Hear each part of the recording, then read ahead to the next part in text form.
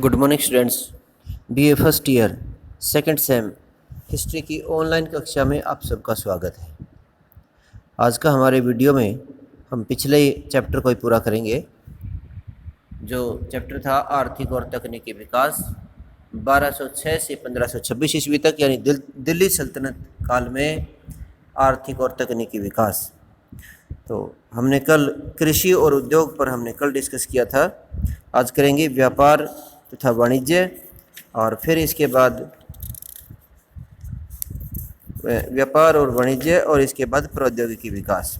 तो व्यापार और वाणिज्य के बारे में हम चर्चा करते हैं।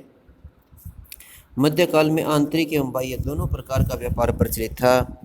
देश में लोगों की आवश्यकताओं की पूर्ति के पश्चात बचा हुआ माल विदेशों में निर्यात कर दिया जाता था। सल्तनत काल में आंतरिक व्यापार के लिए अनेक सड़क मार्ग थे जो सरकार द्वारा सुरक्षित रखे जाते थे। उस समय भाप के जहाज़ों के अभाव के कारण समुद्री व्यापार खतरनाक अवश्य था, फिर भी व्यापारी तथा विदेशी सौदागर माल को विदेशों में ले जाते थे। वैश्य जाति के लोग परंपरागत व्यापारी होते थे। उत्तर का व्यापार गुजरातियों या मारवाड़ियों द्वारा तथा दक्षिण का चेतियों के द्वारा नियंत्रित होता था। इसके अतिरिक्त राजपूताना के बंजारे अनाज तथा अन्य वस्तुओं का व्यापार करते थे। वे बैलों पर सामान लादकर विभिन्न स्थानों पर ले जाते थे। उनके व्यापारिक फसलों में 40,000 तक बैल होते थे काफिले के अंदर। छोटी छोटी वस्तुओं का व्यापार गांव में होता था। गांव में कुछ चलती फिरती दुकानें भी थी जो गधों तथा घोड़ों की पीठ पर लगती थी।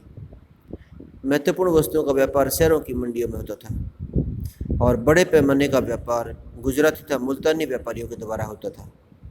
विदेशी मुस्लिम व्यापारियों को खुरासानी कहते थे। वो भी देश के समस्त भागों में व्यापार करते थे। विदेशी व्यापार समुद्र के रास्ते से ही ज़्यादा किया जाता था, और भारत का माल विदेशों में ले जाकर जो बेचा जाता था, इनमें विदेशी व्यापार लंका, बर्मा, चीन, जापान, पूर्वी द्वीप समूह, नेपाल, फारस, मध्य एशिया, अरब, पूर्वी अफ्रीका के साथ होता था। इब्न बतूता को अदन में हिंदू व्यापारियों के अनेक जहाज मिले थे। सूरत, बड़ौच, गोवा, कालीकट, कोचीन, कैम्बे, कालीकट, मछलीपट्टनम, सोनार गांव, चटगांव आदि उसमें बड़ी बड़ी बंदरगाहें थी। और दिल्ली, आगरा, लाहौर, सिंध, पटना, अहमदाबाद बड़े बड़े नगर थे जहां पर विदेशी देशी सामान बेचा जाता था। अफगानिस्तान, मध्य एशिया, नेपाल, भूटान आदि के देशों से थल मार्ग से भी व्यापार करते थे। मध्य एशिया तथा अफगानिस्तान से फल, हींग, लाल पत्थर आदि का आयात भी होता था। इनके बदले भारत से कपड़े, कंबल, चीनी, औषधि आदि का निर्यात भी होता था। हिमालय तथा तिब्बत से कस्तूरी, चीनी, लकड़ी, ऊन, सोना, सीसा, शहद, मोम आदि वस्तुएं मंगवाई जाती थी।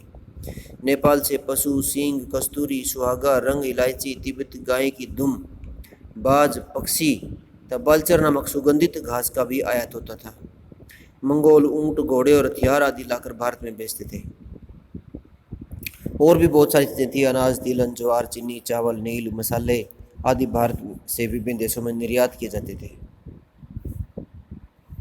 तो उपयुक्त वर्णन के आधार पर हम कह सकते हैं कि सल्तनत काल में कृषि, व्यापार तथा उद्योग उन्नति की ओर थे। प्राकृतिक प्रकोपों को छोड़कर सामान्य काल में वस्तुओं की कीमतें कम रहती थी। हालांकि अधिकांश जनता दरिद्र थी, फिर भी अपना जीवन निर्वाह आसानी से कर लेती थी। प्रौद्योगिकी विकास की बात करें तो दिल्ली सल्तनत काल में इसका भी विकास हुआ। अधिकतर विद्वान मानते हैं कि भारत में तकनीकी विकास ब्रिटिश शासन के अंतर्गत हुआ। उस समय भारत में बड़े बड़े आधुनिक उद्योग स्थापित हुए, और इन जिनमें तकनीक भी आधुनिक थी। लेकिन सल्तनत काल में भी कुछ उद्योगों का विकास हुआ जो कृषि था जो उद्योग कृषि के ऊपर लगभग आधारित थे। सल्तनत काल के अंदर सबसे पहले कृषि के उपकरणों के विकास में विकास हुआ। नई तकनीकों से उपकरण बनाए जाते थे। पहले लोग लोहे के फावड़े, कुदाल आदि का प्रयोग करते थे। उनके हल लकड़ी के होते थे, परंतु अब लोहे की कुंबाइस तथा बढ़िया प्रकार के हल कृषकों द्वारा प्रयोग किए जाते थे। इसके अतिरिक्त फसल बोने के पश्चात बीजों को ढकने के लिए वुडन बोर्ड यानी एक मेज प्रयोग की जाने लगी, जिसे पलेटा कहते थे। उसे हल तथा बैल खींचते थे। और अब तो ड्रिल का भी प्रयोग होने लगा था। जो 16वीं शताब्दी के आरंभ में भारत आया था। इसके बाद रहट था। सल्तनत काल में खेतों की सिंचाई करने के लिए रहटों का प्रयोग होता था। और अल-बेरूनी ने भी, जो 11वीं शताब्दी में भारत आया, उसने भी अनेक स्थानों पर रहट देखे थे। रहट के द्वारा गहरे कुओं से पानी निकलते थे और रहट के साथ साथ चमड़े की बनी चरस से भी कुओं से पानी निकालते थे। उस काल में चरखा भी आया था। चरखे की उत्पत्ति चीन में हुई थी, परंतु कुछ इतिहासकार इसे भारत में ही मानते हैं कि चरखा प्राचीन काल में से भी भारत में प्रयोग किया जाता था, इसलिए मूल रूप से भारतीय माना जा सकता है। कुछ विद्वान ये भी मानते हैं कि 13वीं शताब्दी के आरंभ में चरखा ईरान से आया था और भारत में इसका प्रचलन 14वीं शताब्दी में हुआ था। और चरखे से सूत काता जाता था और जिससे कपड़ा बनता था। इससे वस्त्र उद्योग में एक नई क्रांति आ गई थी। भारत में ये इतना लोकप्रिय हुआ था कि स्त्री पुरुष काफ़ी मात्रा में सूत काता करते थे। धुनिया भी होती थी, जो कपास के बीज को रुई से अलग करने के लिए प्रयोग की जाती थी, उसे धुनिया बोलते थे। इसे मुसलमान भारत में लाए थे। कागज़ का भी आविष्कार चीन में हुआ। कागज़ बनाने की तकनीक को मुसलमान भारत में लेकर आए। चीनी लोग शहतूत के पेड़ की छाल से कागज़ तैयार करते थे। इस तकनीक से दिल्ली और बंगाल में कागज़ तैयार होता था और कागज़ की मांग अधिक थी। दिल्ली में एक बाज़ार को तो कागज़ी बाज़ार के नाम से पुकारते थे। सिक्के की तकनीक भारत में काफ़ी पुरानी थी और प्राचीन काल में शुद्ध सोने चांदी के सिक्के बनते थे, परंतु सल्तनत काल में सिक्कों की शुद्धता में कमी आ गई थी। उस समय सोने और चांदी के सिक्के बहुत कम थे। अब उनका स्थान तांबे और पीतल के सिक्कों ने ले लिया था। कुतुबुद्दीन ऐबक, जिसने दास वंश की स्थापना की, हमें उसके सिक्के देखने को नहीं मिलते। इल्तुतमिश के चांदी के सिक्के प्राप्त होते हैं, जिनमें कुछ पर कलमा था, कुछ पर अब्बासी खलीफा का नाम लिखा था और ये उसके समय चांदी का टंका और तांबे की जितल नामक प्रसिद्ध करेंसी जो थी, मुद्रा थी, वो प्रचलित थी।